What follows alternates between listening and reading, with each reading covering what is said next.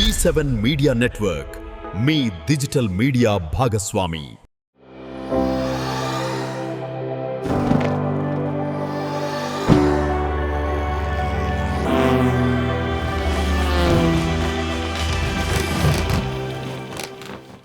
Hi, welcome to G7 life style. నేను మీ సిరి. ఈరోజు నేను మీ ముందుకు ఒక ఇంట్రెస్టింగ్ టాపిక్ గురించి చెప్పబోతున్నాను. ఇది కేవలం చరిత్ర కాదండి, హైదరాబాద్ జీవన శైలిలో తరతరాలుగా ఇమిడి ఉన్న, నిరంతరం వినిపిస్తూ వచ్చిన ఒక ఆసక్తికరమైన రహస్య కథ. ఇంతకీ ఏంటా అది అంటారా? అక్కడికే వస్తున్నానండి. గోల్కొండ కోట నుంచి చార్మినార్ వరకు ఒక సొరంగం ఉందని మీలో ఎంతమందికి తెలుసు? చరిత్రలో నిజాలున్నాయి, ప్రజల్లో అపోహలున్నాయి. ఈ రెండు చారిత్రక చిహ్నాల మధ్య కంటికి కనిపించని ఓ రహస్య దారి ఉందన్న విషయం ఎంతవరకు నిజం? చరిత్ర ఏం చెబుతుంది? నిపుణుల అభిప్రాయం ఏంటి? మరింకెందుకు ఆలస్యం, రండి అసలు రహస్యం ఏమిటో ఈ వీడియోలో తెలుసుకుందాం.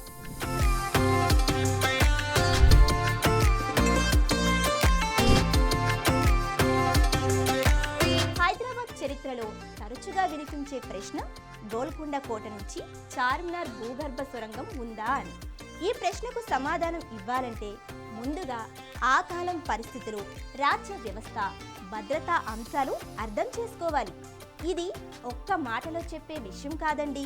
కుతుబ్ షాహీల నుండి నిజాంల వరకు హైదరాబాద్ ఎలా డెవలప్ అయిందో ఇప్పుడు తెలుసుకుందాం. హైదరాబాద్ నగరం కేవలం భవనాల సమూహం కాదు, అది ఒక గొప్ప సంకల్పం. నిజాంల కంటే ముందు ఇక్కడ కుతుబ్ షాహీలు ఉండేవారు. వారి రాజధాని మొదట గోల్కొండ కోటలో ఉండేది. 1790 ప్రాంతంలో గోల్కొండలో జనాభా పెరిగిపోయి నీటి ఎద్దడి మరియు అపరిశుభ్రత వల్ల భయంకరమైన వ్యాధులు వ్యాపించాయి. అప్పటి రాజు మహమ్మద్ కులీ కుతుబ్ షా మూసీ నది ఒడ్డున కొత్త నగరాన్ని నిర్మించాలి అని నిర్ణయించుకున్నారు. అదే ఒకప్పటి భాగ్యనగరం.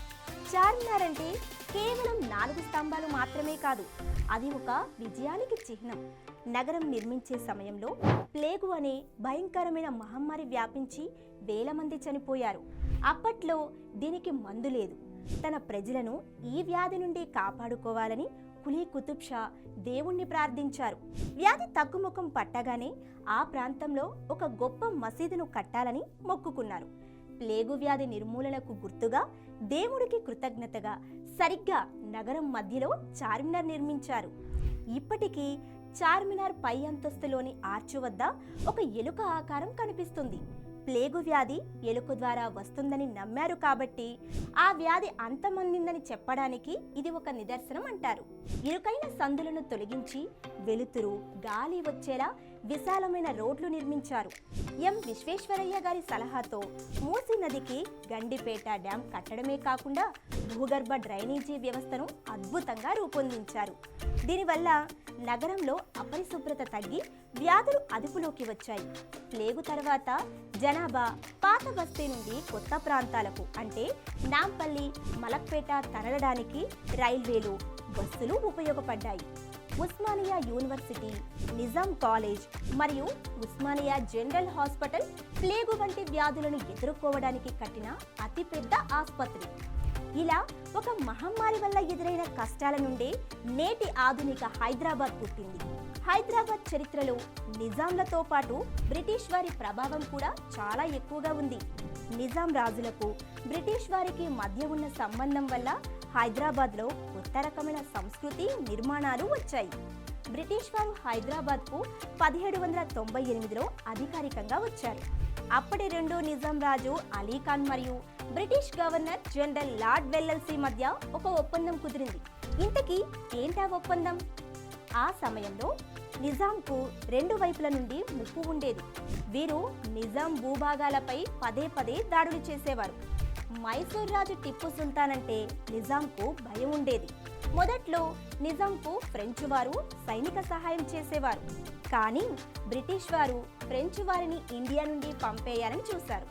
అందుకే లార్డ్ వెల్లెస్లీ నిజాంను ఒప్పించి ఫ్రెంచ్ వారిని పంపేసి తన బ్రిటిష్ సైన్యాన్ని పెట్టుకోమని కోరారు.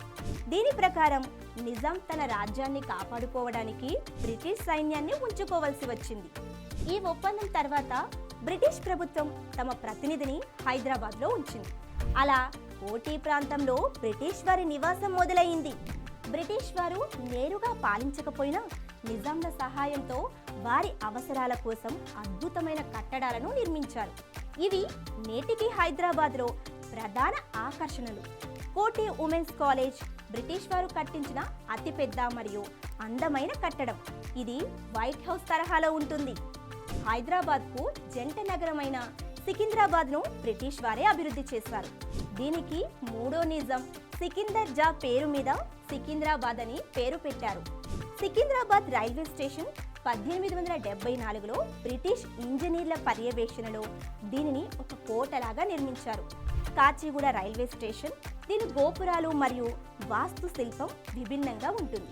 ఇది కూడా బ్రిటిష్ కాలంలోనే తయారైంది. హైదరాబాద్లో బ్రిటిష్ ప్రభావానికి గుర్తుగా చాలా చోట్ల క్లాక్ టవర్స్ కట్టారు.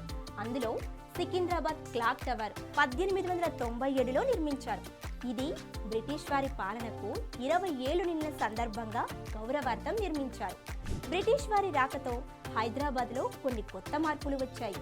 హైదరాబాద్లో ఇండో యూరోపియన్ వాస్తుశిల్పం మొదలైంది. సెయింట్ జార్జ్ గ్రామర్ స్కూల్ వంటి ఆంగ్ల మాధ్యమ పాఠశాలలు వచ్చాయి. హైదరాబాద్లో గర్ల్స్ క్లబ్లు, రేస్ కోర్సు వంటివి బ్రిటిష్ వారి అలవాట్ల వల్ల వచ్చినవే. నెక్స్ట్ వీడియోలో మళ్ళీ కలుద్దాం. ఇప్పుడే G7 లైఫ్ స్టైల్ని లైక్ చేయండి, షేర్ చేయండి, సబ్స్క్రైబ్ చేయండి.